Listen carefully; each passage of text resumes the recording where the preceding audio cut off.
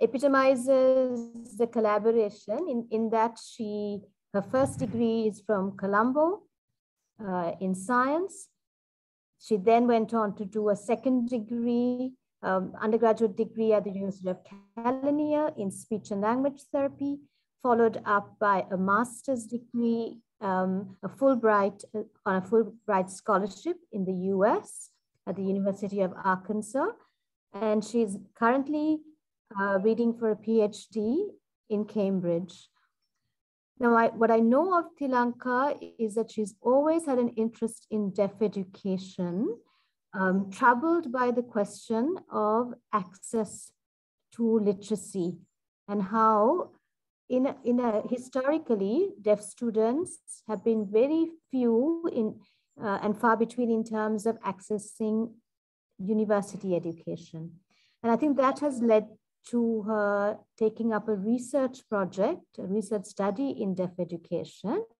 And I'm so delighted, Thilanka, that you've agreed to share with us some of your preliminary findings. So over to you, Thilanka.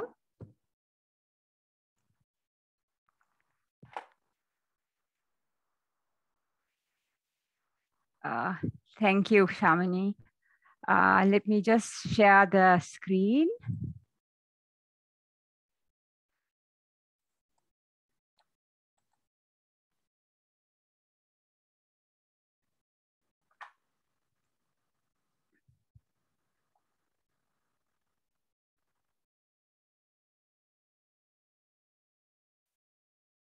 Oops. Is it visible? Yes, Thilanka, thank you.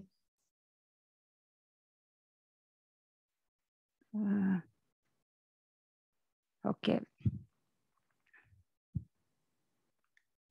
Right. Thank you. Thank you very much for this opportunity to present on the local perspectives of on deaf education. I'm honored to be a part of this forum where I think in the midst of many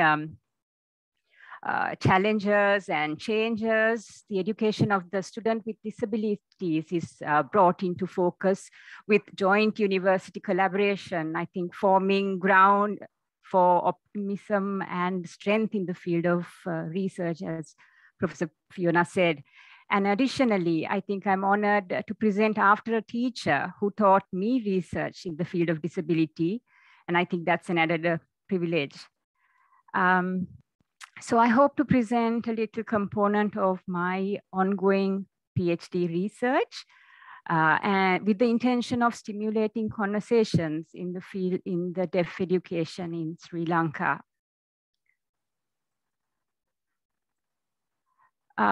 Firstly, I wish to clarify 4 words used in this presentation.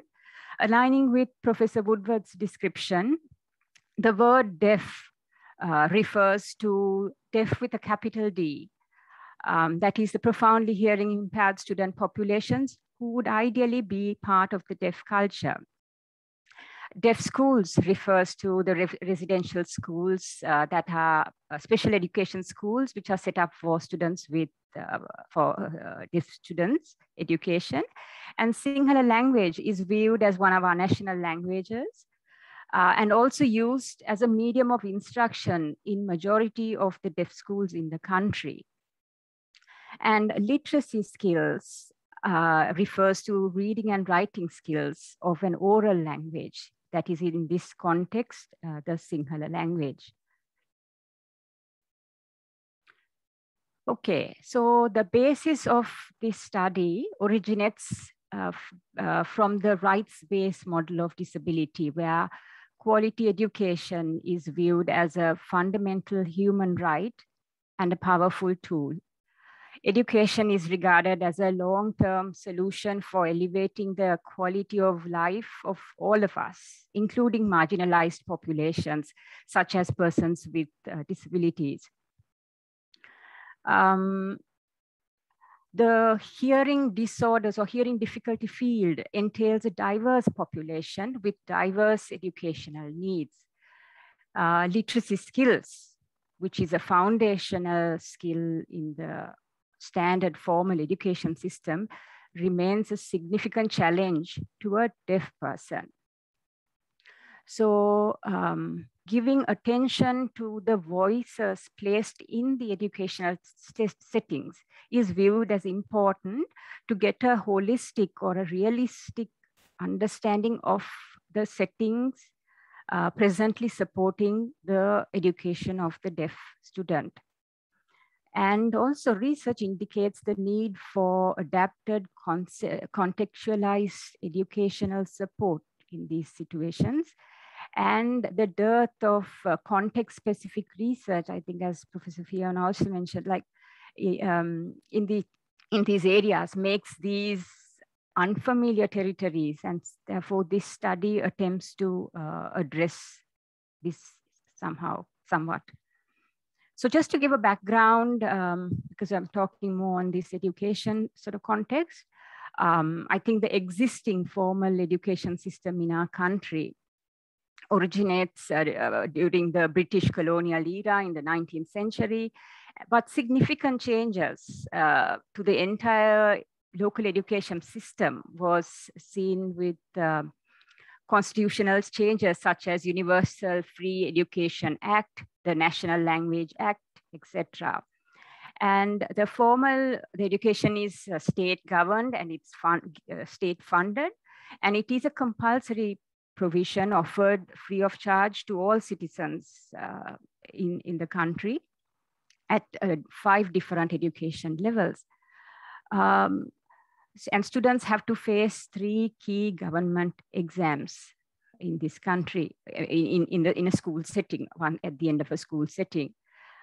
The private sector of education is also available in Sri Lanka, but this will not be discussed in this presentation. The formal education for students with disabilities originated in our country in the 1912, led by the missionaries. And in the 1970s, in that area, new models of integrated and inclusive education systems were set up. So in par with the current global trends, and the students with disabilities in Sri Lanka too have the opportunity to follow both formal and non-formal education systems. Right, so I'm coming to my area slowly. In the context of the deaf student populations, schools play an important role in teaching literacy skills to this population in Sri Lanka. And there are about 20 special education schools, specializing for teaching deaf students. And schooling is also available in mainstream schools through integrated and inclusive models. However, majority education of the deaf students in Sri Lanka gravitate around non-formal residential deaf schools, which also follow somewhat the similar education patterns that I sort of explained earlier. So my study discusses a quantitative component of a mixed methods research design. So it's going to be a bit research discussion here. This explores the views of deaf school principals of 16 residential deaf schools with the Sinhala language as a medium of instruction. The deaf schools were situated in 7 out of the 9 provinces. 2 schools actually declined participation, and 2 schools which were following the Tamil medium instruction were not included in the study, since my phenomenon of interest was mostly the Sinhala literacy skills in the primary classrooms. So the study that was carried out during the pandemic was done during the pandemic, and it was self-administered sort of questionnaires were sent out to the schools, and the data was quantitatively analyzed using a software, and a descriptive analysis was done.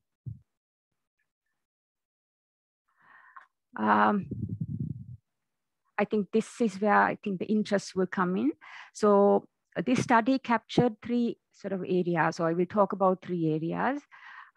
The principal's views on the deaf school context, and the principal's views on primary school students as learners of Sinhala literacy skills and deaf school context during the pandemic.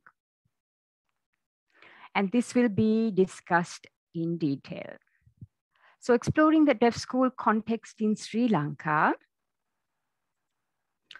all 16 principals informed the schools being non-fee paying, mixed schools, girls and boys, with majority labeling the schools as assisted special education schools, Upakruta Pasal, as they said. And numbers, a lot of the schools were not very keen to give out too much of numbers, but out of the 12 schools that provided the numbers, 624 registered deaf students and 240 teachers were reported. So when exploring the facilities that were available in the deaf schools, 14 out of the 15 principals informed of having residential facilities, library facilities, as you can see, while 13 informed of extracurricular activities, vocational training, etc. And 10 informed of providing hearing aids to the students. However, things like preschool facilities and links with mainstream schools were very, very, very rare, not very clearly reported or not reported in bigger frequencies. When exploring how this communication happens in these schools, 12 principals stated the use of some form of sign language, a visual mode, and an equal number of principals mentioned the use of Sinhala language. And four school principals mentioned the use of a combination of visual and oral language, such as sign language and Sinhala. The use of Tamil and English were also reported in a sort of a lesser frequency. Interestingly, I think this might be interesting, as shown here, out of the 16 participant deaf schools, 14 of the school principals informed students with other disabilities being enrolled in the deaf schools, apart from the deaf student population. Out of the 15 respondents, 11 schools reported having students with learning disabilities, 7 with autism spectrum disorder, and 5 schools had students with physical disabilities and other sensory disabilities such as blindness. The deaf school principals reported multiple sources of support when questioned about how it's being managed and administered. 13 schools talked about, mentioned or informed about schools receiving support from the government. 11 principals mentioned the public support, and other supports from volunteers, parents, religious institutions, non-governmental organizations, overseas organizations were also reported. So going on to the next component of how these principals saw deaf primary school students as learners of Sinhala literacy skills. All 15 principals who responded agreed that students can learn, and 81 stated of supported being supported by hearing aids, and it would support the teaching and learning of Sinhala literacy skills. More than 80% of the principals disagreed with the statements such as, I feel sorry for the deaf child because they cannot hear, or things like deaf children are lazy to learn Sinhala reading and writing skills. When further exploring the Sinhala literacy skills, more than 90% of the principals agreed that providing sign language support for exams will improve the students' performance. And more than 80% agreed that students' assessments being conducted through only reading and writing for hearing students is compromising performance levels of the deaf students. When exploring the overall Sinhala literacy skills outcomes of primary school deaf students, well, 37% agreed that most have a very basic level, while 37% disagreed, and there was roughly a 25% that remained neutral. So giving a sort of a, not a very easy thing to sort of decide on at that point. But all 16 principals who participated in the study agreed that in order to develop Sinhala literacy skills of deaf students in Sri Lanka, there needs to be timely, suitable changes in the educational policies.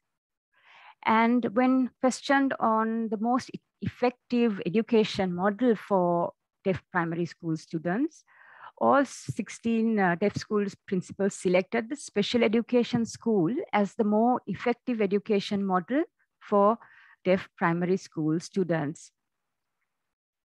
So going on to, diving on to the perceptions about deaf schools facing the COVID-19 pandemic, participant deaf school principals reported a significant contextual changes and extended school closures, just like the mainstream schools in the country. The principals informed following government regulations and closing the schools on the 13th of March. I think there's a discrepancy where the Western province would have initially had a 5 months closure, while the other provinces had roughly about 3.5 months closure. Then for the second wave, again, the schools were closed, and there was a school closure for about 3 months in the Western province, and in other provinces, it was about 1.5 months. The schools were again closed for the third pandemic, and still it remains closed at the moment. So during the first wave of the pandemic, out of the 15 schools that responded, 46% responded carrying some kind of work with adaptations, while more than half, 53%, said that there has not been any teaching that's going on during that period. However, in the second wave, there is much more positive change functionally, where 2 school principals informed of having education going on as usual, 9 schools saying that some teaching is going on with adaptations, and only 3 schools saying that there has not been happening, no teaching in the deaf schools. So when exploring how this, how the teaching and learning process of Sinhala literacy skills occurred during the pandemic, all 7 principals informed the involvement of teacher, parent, and the student in the learning process. So this is quite new, I think, for residential schools. The involvement of parents are not the greatest. So this has actually had brought in the parents into the education of the student. The deaf school principals reported using a variety of communication modes during the pandemic, as shown here.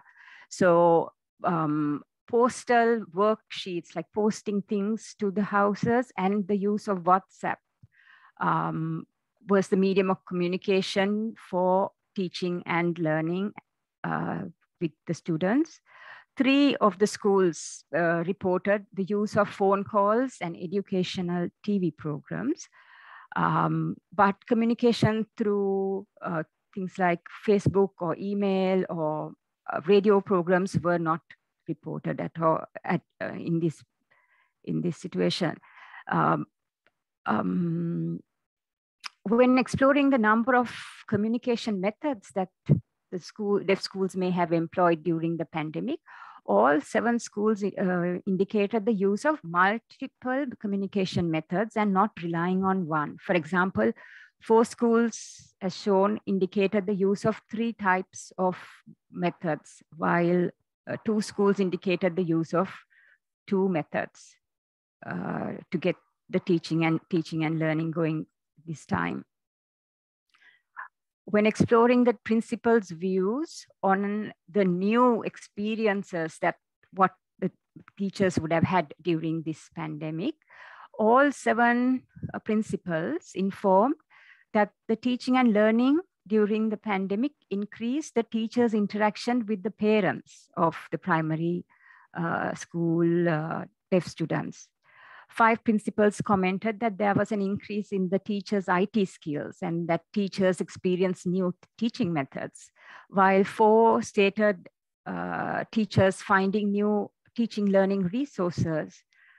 However, 1 principal stated that teachers didn't have anything specific, any new experiences during that period.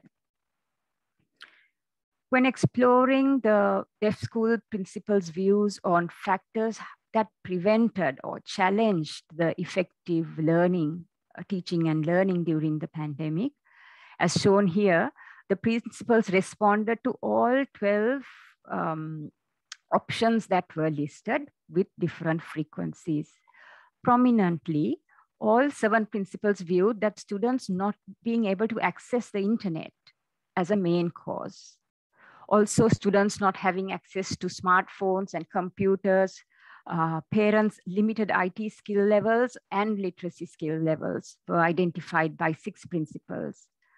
5 principals also identified parents' limited knowledge to access social media and parents finding difficult to manage their own child to get to work. And teachers not having smartphones to access was also identified by 4 principals of the schools.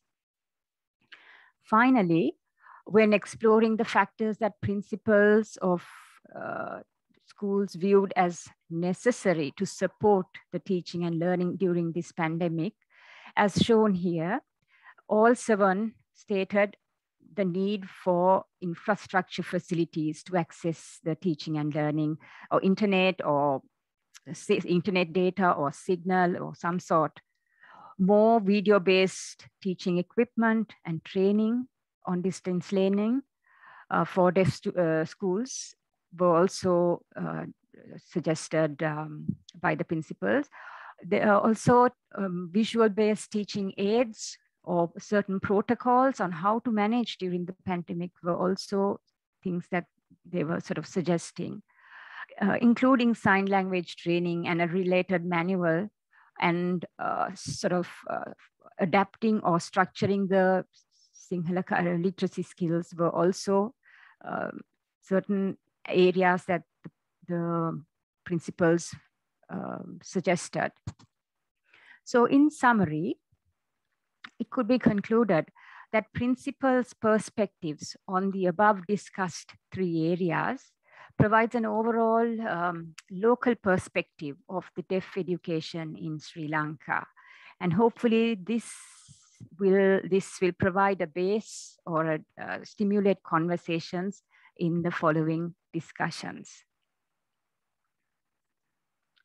These are the references and acknowledgements to all research participants in this study, my research supervisors, Professor Singhal and Professor Wijesinghe, and the conference organizers of both universities.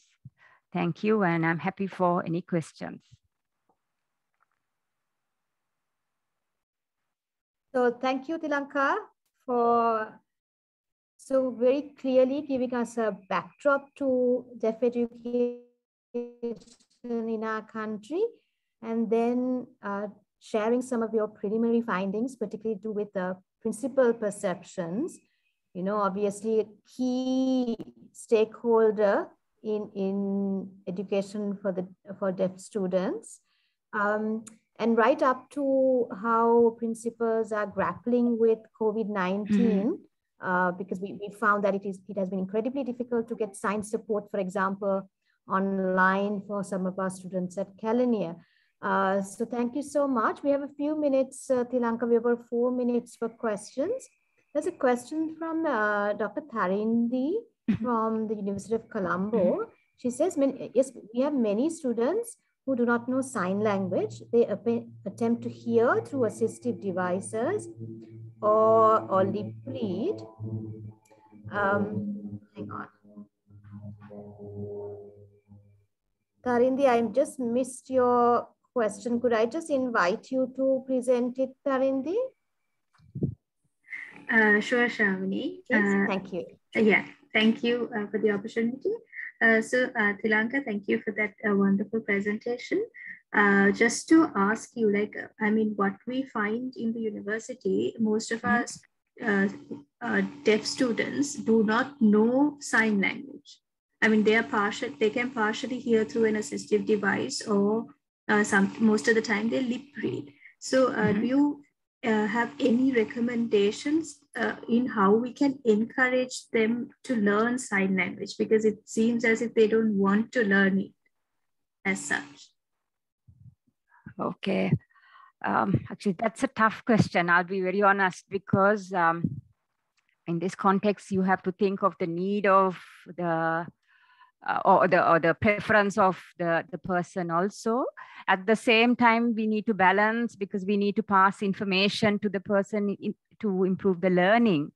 So I think what happens is these discrepancies of certain students not being exposed to sign language, certain students exposed to sign language and not to the oral methods, is often related to the first education that the initial education that they're getting in the schools. So one option is to sort of encourage them to already existing programs to get in, giving the need or showing the need of the importance of it. Because if they don't want to, then it's a bit of a concern. Yes, I mean, the other follow-up question that I had is, like, is there any other sort of software that we can use? I know that there's one app that is currently used in Sri Lanka for translation, interpretation, basically, to sign and to Sinhala or English.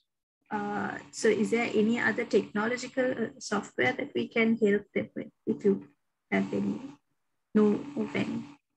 Okay, I think more. I'm not 100% aware of in that sort of area, but I think my colleagues at Kelaniya, I think Shamini and even Dumini, who are already involved with the students at a higher education level, might be able to give some insight. Shamini, would you all know? I think Dumini could also answer this, Dumini, but as far as I'm aware, Thilanka, and Tharindi, we are reliant on our APSL colleagues, because we are very lucky to have 4 colleagues at the department. So they offer the sign language courses to our students. For sign translation, Dumini organizes Chami and others to offer interpretation during the class, but I don't quite know how that's been working out during the pandemic. Dumini, anything to add? But I'm not really aware of any software that is being used, Tharindi. Shamini, as far as I know, it's still in the developing stage. I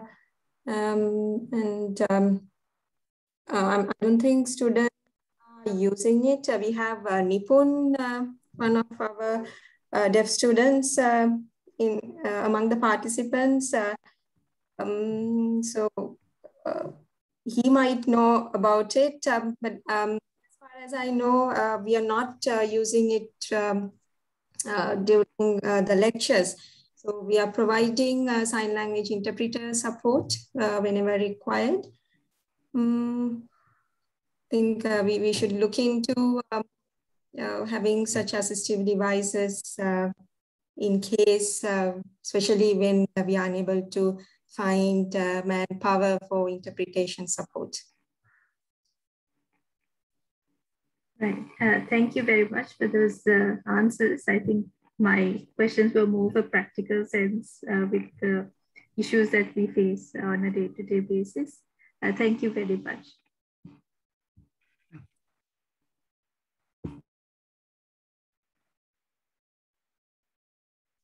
Thanks ever so much, Thilanka. We do have a couple of more questions, but in the interest of time, we will have to wrap it up, unfortunately. But I will take this opportunity to try and send the questions along to you and promise to get back to some of the participants who've written in. Would that be all right with you, Thilanka? Thank you. Yes, yes. All right, so Thilanka, delighted that you can join us all the way from Cambridge.